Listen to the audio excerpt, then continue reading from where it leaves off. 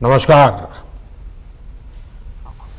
कार्यक्रम में भाग ले रहे कैबिनेट में मेरे सहयोगी अनुराग ठाकुर, सभी राज्यों के यूथ अफेयर्स एवं स्पोर्ट्स मिनिस्टर्स, अन्य महानुभाव,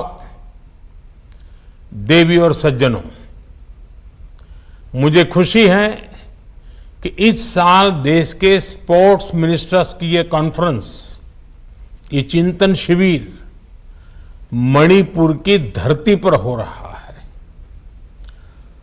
नॉर्थ ईस्ट से निकलकर कितने ही खिलाड़ियों ने तिरंगे की शान बढ़ाई है, देश के लिए मेडल जीते हैं। देश की खेल परंपरा को आगे बढ़ाने में पूर्वोत्तर और मणिपुर का महत्वपूर्ण योगदान रहा है। यहां के सगोल कांगजेई, थांगता, यूबी लाकपी, मुकना और हियांग तानवा जैसे स्वदेशी खेल अपने आप में बहुत आकर्षक है। जैसे जब हम मणिपुर के ऊल लावबी को देखते हैं तो हमें उसमें कबड्डी की झलक दिखती है। यहां का हियांग तानबा केरला की बोट रेस की याद दिलाता है और पोलो से भी मणिपुर का ऐतिहासिक जुड़ाव रहा है। यानी जिस तरह नॉर्थ ईस्ट देश की सांस्कृतिक विविधता में नए रंग भरता है, उसी तरह देश की खेल विविधता को भी नए आयाम देता है। मुझे उम्मीद है देश भर से आए स्पोर्ट्स मिनिस्टर्स मणिपुर से बहुत कुछ सीख करके जाएंगे और मुझे विश्वास है मणिपुर के लोगों का स्नेह, उनका आतिथ्य भाव आपके प्रवास को और आनंदमयी बना देगा। मैं चिंतन शिविर में भाग ले रहे सभी खेल मंत्रियों का, अन्य महानुभावों का स्वागत करता हूं, इस प्रयास का अभिनंदन करता हूं। साथियों, कोई भी चिंतन शिविर चिंतन से शुरू होता है, मनन के साथ आगे बढ़ता है और क्रियान्वयन पर पूरा होता है। यानी first comes reflection, then realisation and then implementation and action. इसलिए इस चिंतन शिविर में आपको भविष्य के लक्ष्यों पर विमर्श तो करना ही है, साथ ही पहले की कॉन्फ्रेंस की भी समीक्षा करनी है। आप सभी को याद होगा इसके पहले जब हम 2022 में केवड़िया में मिले थे तब कई अहम मुद्दों पर चर्चा हुई थी। हमने भविष्य को ध्यान में रखकर रोड मैप बनाने और खेलों की बेहतरी के लिए इकोसिस्टम तैयार करने पर सहमति जताई थी। हमने स्पोर्ट्स सेक्टर में केंद्र सरकार और राज्यों के बीच पार्टिसिपेशन बढ़ाने की बात कही थी। अब इम्फाल में आप सभी ये जरूर देखें कि उस दिशा में हम कितना आगे बढ़े हैं।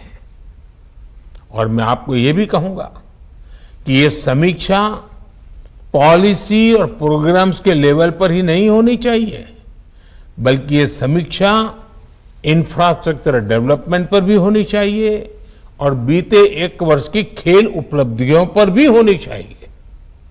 साथियों, ये बात सही है कि पिछले एक वर्ष में भारतीय एथलीट्स और खिलाड़ियों ने कई इंटरनेशनल स्पोर्ट्स इवेंट्स में अभूतपूर्व प्रदर्शन किया है। हमें इन उपलब्धियों को सेलिब्रेट करने के लिए साथ ही ये भी सोचना है कि हम अपने खिलाड़ियों की ओर ज्यादा से ज्यादा मदद कैसे कर सकते हैं।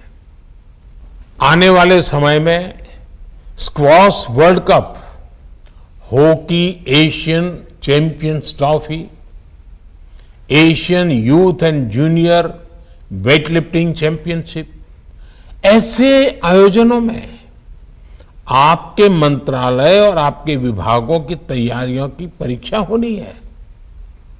ठीक है, खिलाड़ी अपनी तैयारी कर रहे हैं, लेकिन अब स्पोर्ट्स टूर्नामेंट्स को लेकर हमारे मंत्रालयों को भी अलग अप्रोच से काम करना होगा।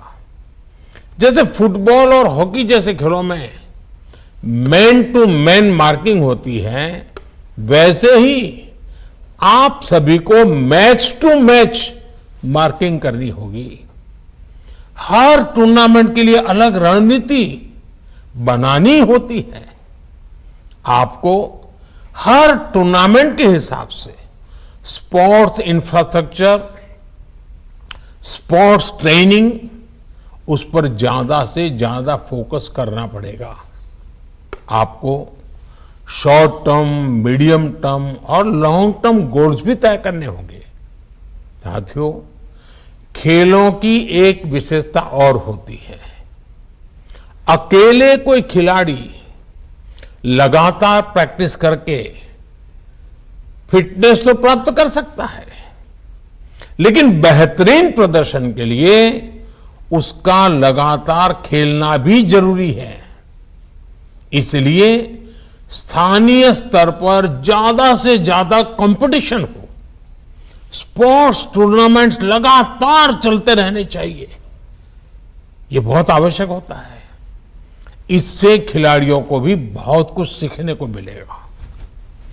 खेल मंत्री के तौर पर आपको ये सुनिश्चित करना होगा कि किसी भी खेल प्रतिभा की अनदेखी न हो। साथियों, अपने देश के हर प्रतिभाशाली खिलाड़ी को क्वालिटी स्पोर्ट्स इंफ्रास्ट्रक्चर देना हम सभी का दायित्व है। इसके लिए केंद्र सरकार और राज्य सरकार को मिलकर काम करना होगा। खेलो इंडिया स्कीम ने जिला स्तर पर स्पोर्ट्स इंफ्रास्ट्रक्चर जरूर कुछ बेहतर किया है, लेकिन अब इस प्रयास को हमें ब्लॉक लेवल पर लेकर जाना है। इसमें प्राइवेट सेक्टर समेत सभी स्टेक होल्डर्स की भागीदारी महत्वपूर्ण है। एक विषय नेशनल यूथ फेस्टिवल का भी है। इसे ज्यादा इफेक्टिव बनाने के लिए नए सिरे से सोचा जाना चाहिए। राज्यों में जो इस तरह के कार्यक्रम होते हैं, वो सिर्फ और औपचारिकता ना बने, इसको हमने बहुत बारीकी से देखना चाहिए। जब चौतरफा इस तरह के प्रयास होंगे, तभी भारत एक लीडिंग स्पोर्ट्स कंट्री के तौर पर स्थापित हो जाएगा। साथियों, स्पोर्ट्स को लेकर आज नॉर्थ ईस्ट में जो काम हो रहा है, वो भी आपके लिए एक बड़ी प्रेरणा है। स्पोर्ट्स इंफ्रास्ट्रक्चर से जुड़ी 400 करोड़ से ज्यादा की परियोजनाएं आज पूर्वोत्तर के विकास को नई दिशा दे रही है। इम्फाल की नेशनल स्पोर्ट्स यूनिवर्सिटी आने वाले समय में देश भर के युवाओं को नए अवसर देगी। खेलो इंडिया स्कीम और टॉप्स जैसे प्रयासों ने इसमें एक बड़ी भूमिका निभाई है। नॉर्थ ईस्ट के हर जिले से कम 2 खेलो इंडिया सेंटर और हर राज्य में खेलो India state centres of excellence की स्थापना की जा रही है। ये प्रयास खेल जगत में एक नए भारत की बुनियाद बनेंगे, देश को एक नई पहचान देंगे। आपको अपने अपने राज्यों में भी इस तरह के कार्यों को और गति देनी है। मुझे विश्वास है कि ये चिंतन शिविर इस दिशा में अहम भूमिका निभाएगा। इसी विश्वास के साथ आप सभी का बहुत बहुत धन्यवाद और मेरी बहुत बहुत शुभकामनाएं।